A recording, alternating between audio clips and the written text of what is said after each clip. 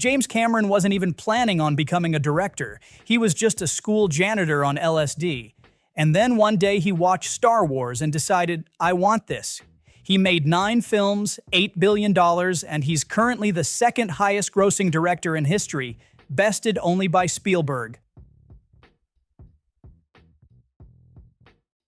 This was the early 80s, and Cameron was doing grunt work for Roger Corman in production design. He worked on stuff like Android and Galaxy of Terror. Then he got offered a job as special effects director on a sequel to Piranha, which had made good money for Corman's studio a couple of years earlier. Except Corman didn't want to do the sequel. An Italian producer named Ovidio Assanitis took it over. Assanitis hired some director named Miller Drake, then fired him before shooting even started and gave the job to Cameron instead. So Cameron goes to Jamaica in February 1981 to shoot this thing. It's called Piranha II: The Spawning, and the budget's around $300,000. Almost immediately, he starts fighting with Assanitis. Cameron's trying to actually direct the movie, and Assanitis is shooting down every idea he has. After about 2 weeks, Assanitis basically benched him. Cameron couldn't participate in editing, couldn't even watch his own footage. The producer just locked him out and took over the film completely. Cameron disowned it after that. For years, he wouldn't talk about it. And this November, he did an interview with Variety where he still refuses to name the movie. He said he was at less than 0 in his career at that point. You're at 0 if you haven't directed a film, but he'd been hired to direct one and got fired after a few days, so he figured he was blacklisted.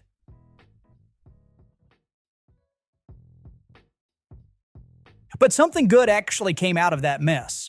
Cameron was working on location in Rome, he got sick, developed this high fever, and ended up in the hospital. And while the fever had him, he started hallucinating. One of the hallucinations was this chrome skeletal robot coming out of fire. When the fever broke, that image was still stuck in his head. He did some sketches and started building a story around it. That became The Terminator. Cameron wanted to make it like a slasher movie. He was really into John Carpenter's Halloween, but with a sci-fi angle. He and his friend William Wisher Jr. worked on the concept, pulling from The Outer Limits and other stuff they liked. Then he had to figure out how to actually get it made. He sold the rights to a producer named Gail Ann Hurd for $1. He admitted later that was a stupid move, but the deal was she'd produce it if he got to direct.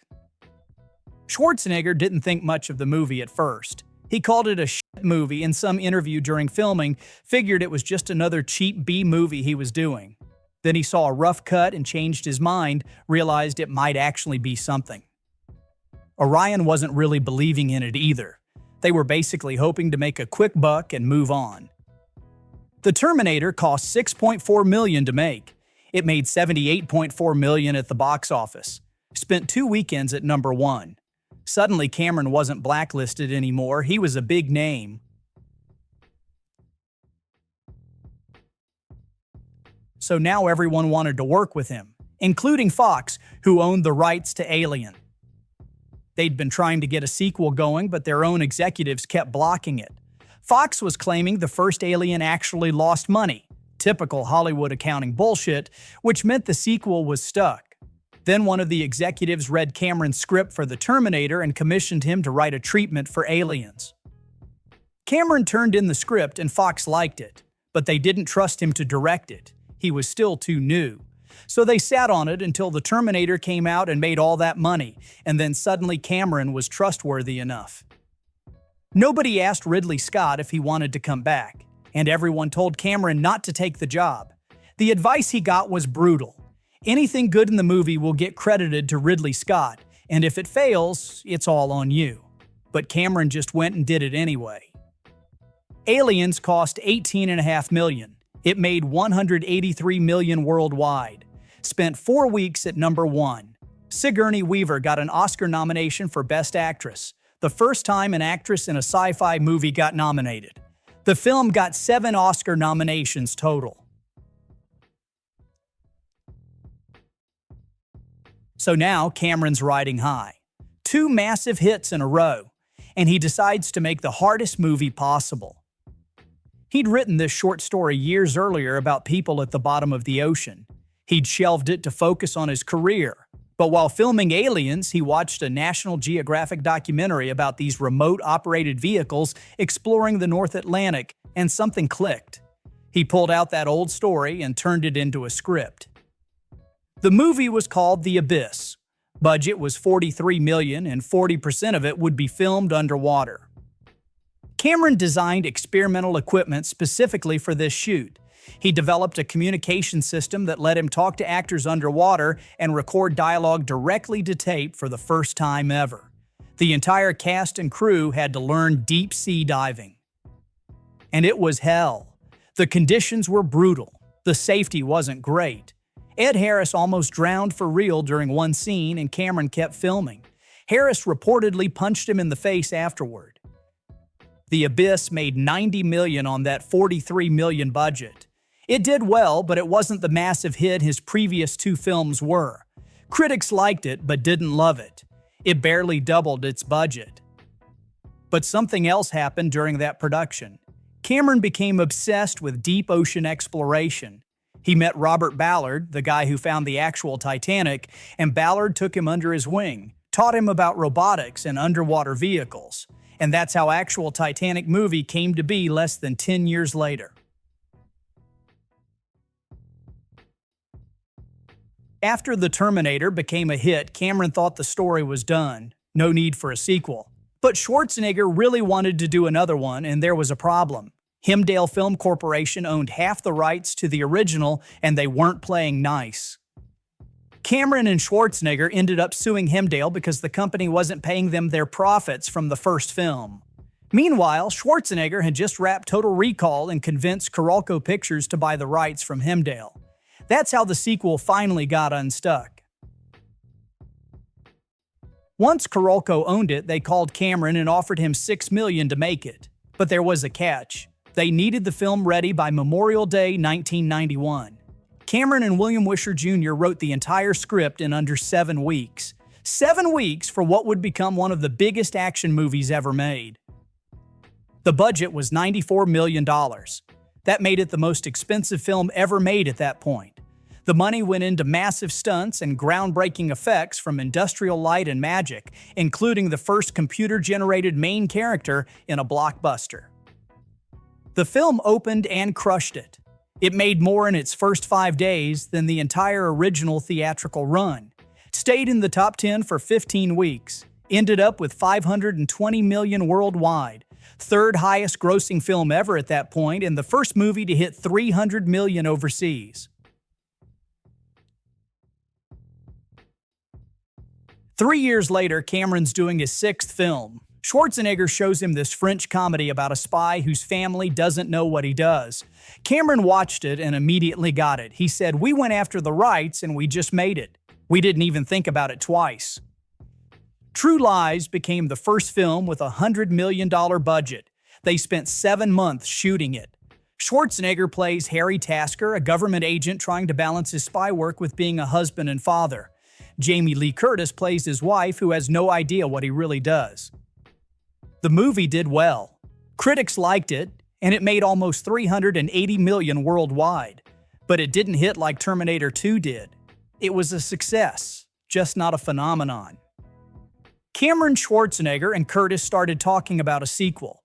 The plan was Cameron would do his next film first, then they'd make True Lies 2. Fox eventually greenlit a script, and they were going to start filming sometime after 2001. Then September 11th happened. In 2002, Cameron said the sequel wasn't going to happen. He said terrorism isn't something you can treat lightly anymore like they did in the first film. Given the world after 9/11, he just couldn't see making that movie. So True Lies became a one-off. When Cameron was working on The Abyss, they just discovered the Titanic wreckage, and there was this IMAX documentary where they went down with these little underwater robots and filmed it.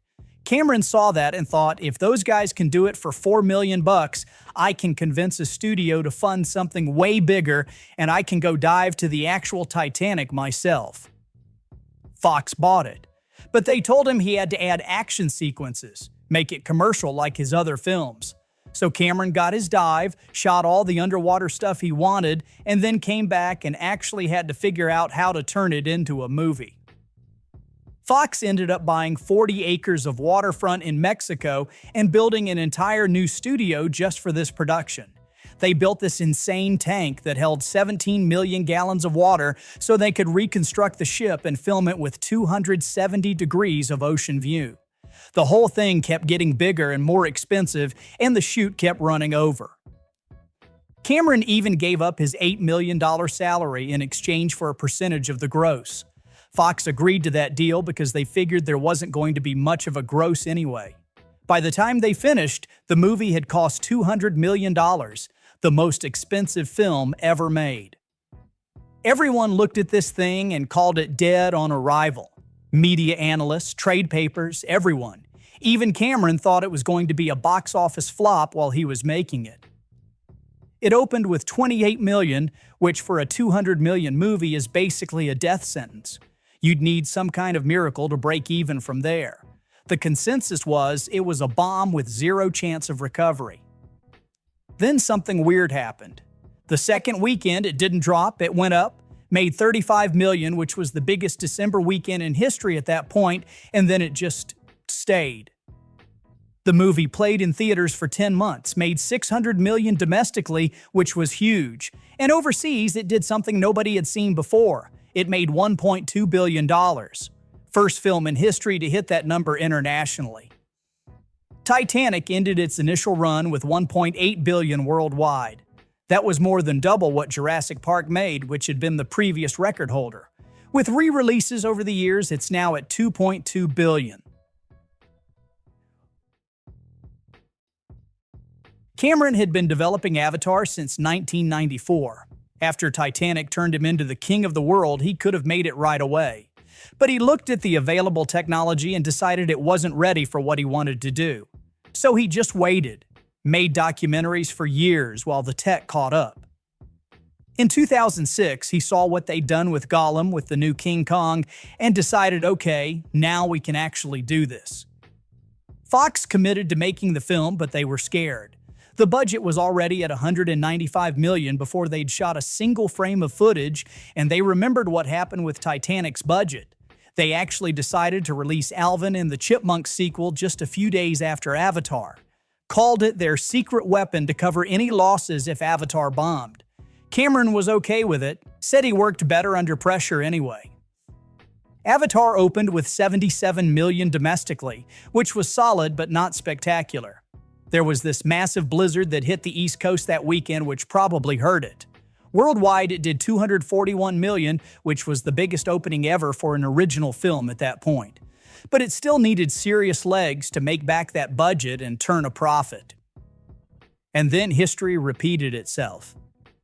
Second weekend, Avatar dropped just 1.8%, made $75 million, which was the best second weekend ever recorded, and it just kept holding. Week after week, it didn't drop more than 30% until its 10th weekend in release. It stayed at number 1 for 7 consecutive weeks. Shortly after New Year, it crossed $1 billion. On January 26th, it passed Titanic to become the highest-grossing film in history. A few days after that, it became the first movie ever to cross $2 billion worldwide. It ended its initial theatrical run with $2.7 billion.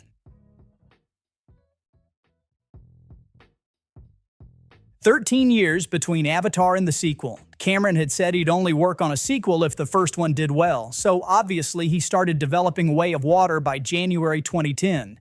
The original plan was to release it in 2014 or 2015, and he wanted to shoot multiple sequels back-to-back. The focus was going to be on the ocean, and Cameron wanted to capture footage at the bottom of the Mariana Trench. But the film kept getting delayed. Script issues, technology issues, just everything taking longer than expected. They didn't start filming until 2017 and didn't wrap until 2020.